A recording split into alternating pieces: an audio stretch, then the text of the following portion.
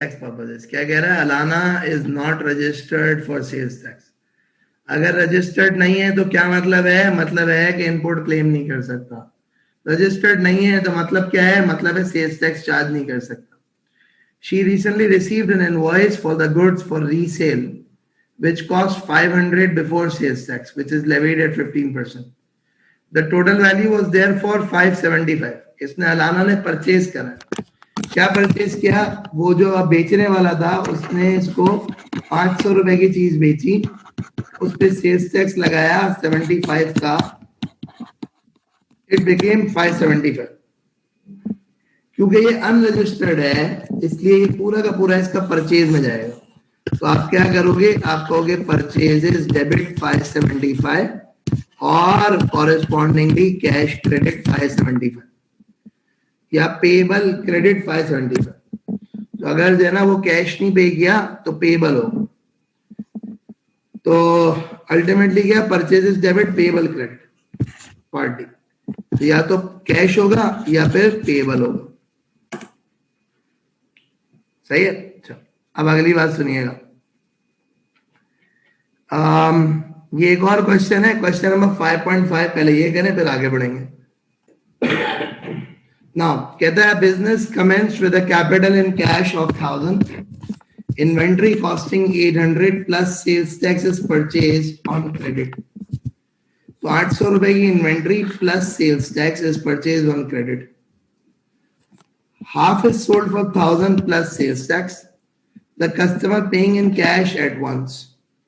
The sales tax rate is 20%. कहता है what would the accounting equation be?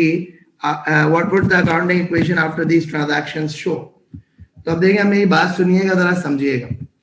पहली चीज तो ये है कि आपके पास जो ना अकाउंटिंग इक्वेशन क्या होती है? Asset is equal to capital plus liability. मैं रिपीट करता हूं, आपकी अकाउंटिंग इक्वेशन सर क्या होती है? Asset is equal to capital plus liability. अच्छा, आपने ओरिजिनली क्या किया? आपने ओरिजिनली 1000 रुपए के कैश के साथ बिजनेस स्टार्ट किया। कहां से आया? कैपिटल से आया 1000 रुपए। फिर उसके बाद आपने क्या करा? आपने कहा inventory costing 800 plus sales tax is purchase on credit. तो अगर मैं इसको परचेजेस की बात करूं तो आप कहोगे कि जो परचेजेस है वो कितनी होगी? 800, उस पे सेल्स टैक्स कितना होगा? 20%।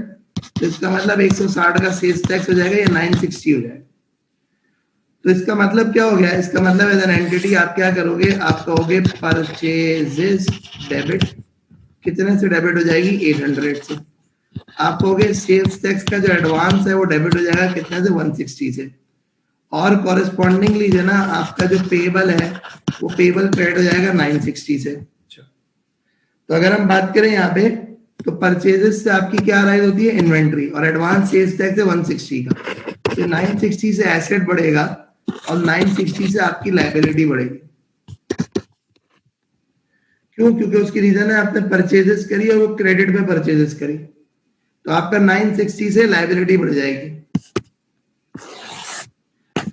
अगली बात जो आपके पास है वो ये है, कहता है कि हाफ इज सोल्ड, यानी जितना माल खरीदा ना उसमें से 50% माल बेच दिया। Is sold for 1000 plus sales tax. तो यानी कि क्या हो गया? यानी कि हुआ कुछ तरीके से, जो आपने बेसिकली क्या करा? 50% माल बेच दिया plus sales tax with the customer paying cash at once. तो आपकी जो सेल थी वो आपकी सेल कितनी थी? 1000 रुपए की, और उस पर आपने सेल्स टैक्स चार्ज किया कितना? 20%। तो 20% का मतलब 200 रुपए, 1200 रुपए है। आपके कस्टमर ने आपको क्या करा? कैश पे कर दिया। आप क्या करोगे? आप कहोगे cash debit 1200, sales credit 1000, sales tax credit 200।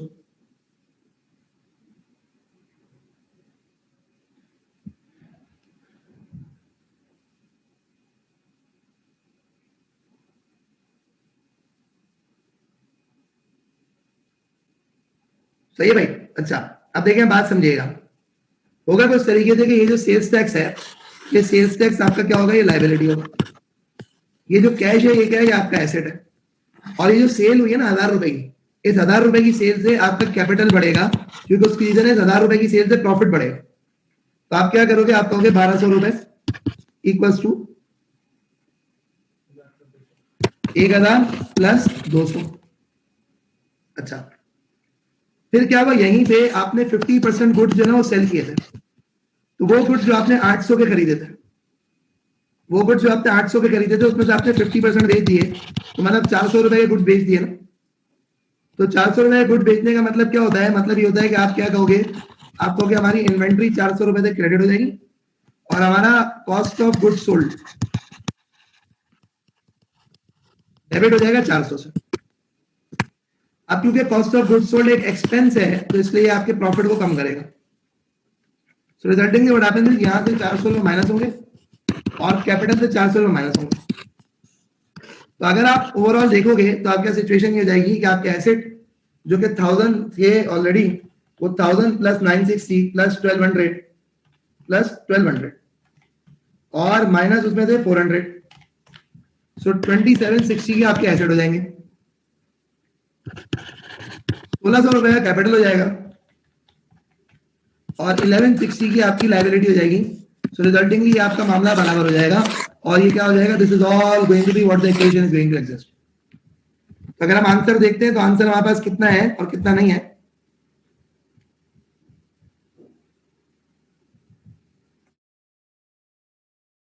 Twenty 760 पे तो कोई आंसर ही नहीं खड़ा हुआ इसका ना, तो हमें देखना पड़ेगा कि हम कहां गड़बड़ कर रहे हैं और एग्जामिनर क्या कर रहा है।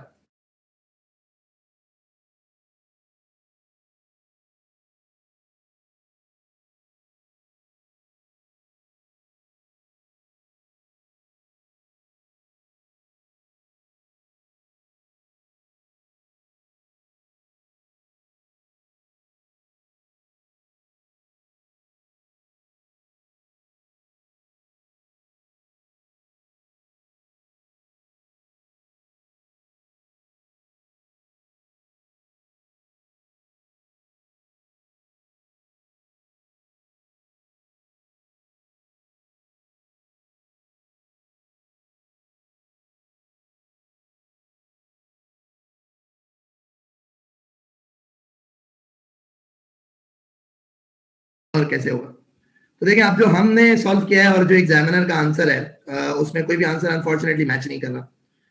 तब हम क्या करें और क्या ना करें, तो देखें अब थोड़ी सी इसमें देखते हैं कि बेसिकली व्हाट हैपेंस इज कि हमारे नजदीक जो इसका कैपिटल आ रहा है वो 1600 रुपए आ रहा है, सही है। अच्छा, और ये हमारा 1160 है और ये इसका 2760 है।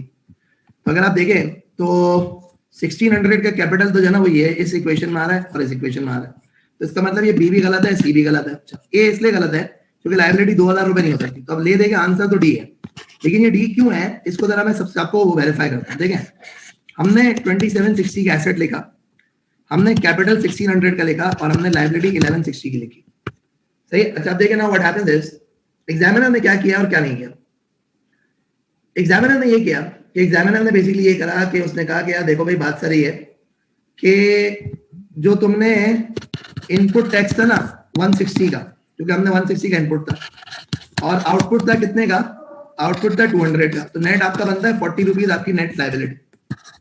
सो आपका एग्जामिनर क्या कर गया है, उस एग्जामिनर ने ये अटेम्प्ट करी है, उसने कहा कि यार देखो भाई बात सारी है कि ये यहाँ पे ना आपने बेसिकली क्या करना है, आपने जो है इसको नेट लाइबिलिटी शो करनी है, यानी कि जो आपका 160 है ना वो यहां से हटा दो। इसी तरीके से जो है क्या बोलते हैं कि यहाँ पे भी 160 हटा दो तो नेट यहाँ पे 40 होना चाहिए, that's what the examiner has done. So resultingly उसने क्या कर दिया, सिंपली उसने कहा कि यार देखो भाई बात सारी है, सेल्स टैक्स की जो लाइबिलिटी है वो सिर्फ 40 रुपए होनी चाहिए, यहाँ पे तुम्हारी लाइबिलिटी 200 रुपए शामिल है। अगर तुम्हें सिर्फ 40 रुपए लगनी है तो तुम 160 यहाँ पे माइनस कर दो, तो अगर यहाँ पे 160 माइनस करोगे तो यहाँ पे माइनस करोगे, तो 2600 और 1000। मतलब सिंपल सी बात यह कि एग्जामिनर ने क्या किया है, एग्जामिनर ने नेट सेल्स टैक्स लाइबिलिटी पे काम किया, एग्जामिनर ने नेट सेल्स टैक्स लाइबिलिटी पे काम किया। अच्छा, मुझे अब एक बात ये बताएं, आप लोगों ने कहां तक किया था, आपकी क्या वैल्यूज आ रही थी, बेशक आंसर मैच हो रहा हो नहीं हो रहा हो, आपकी वैल्यूज क्या आ रही थी।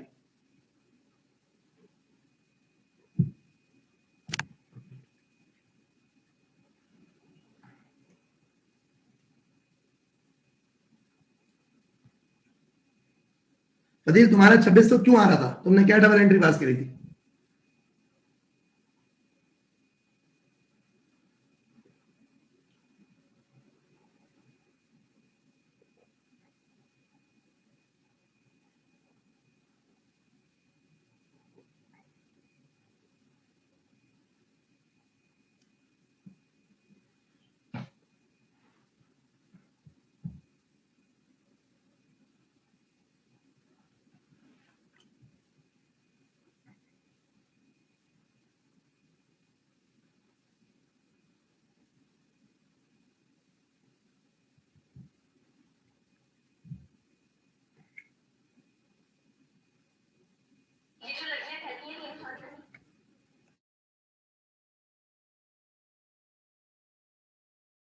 Basically what happens is 1000 capital वाला कैश एसेट, 800 परचेज वाला, उसमें 400 सेल्स का माइनस और 1200 कैश रिसीव। बेटा कोई लॉजिक है तेरे पास?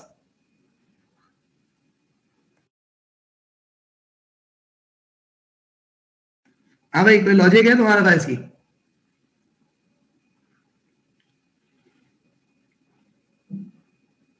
खैर नहीं, चले जी आगे बढ़ो थोड़ा सा, फिर उसके बाद आते हैं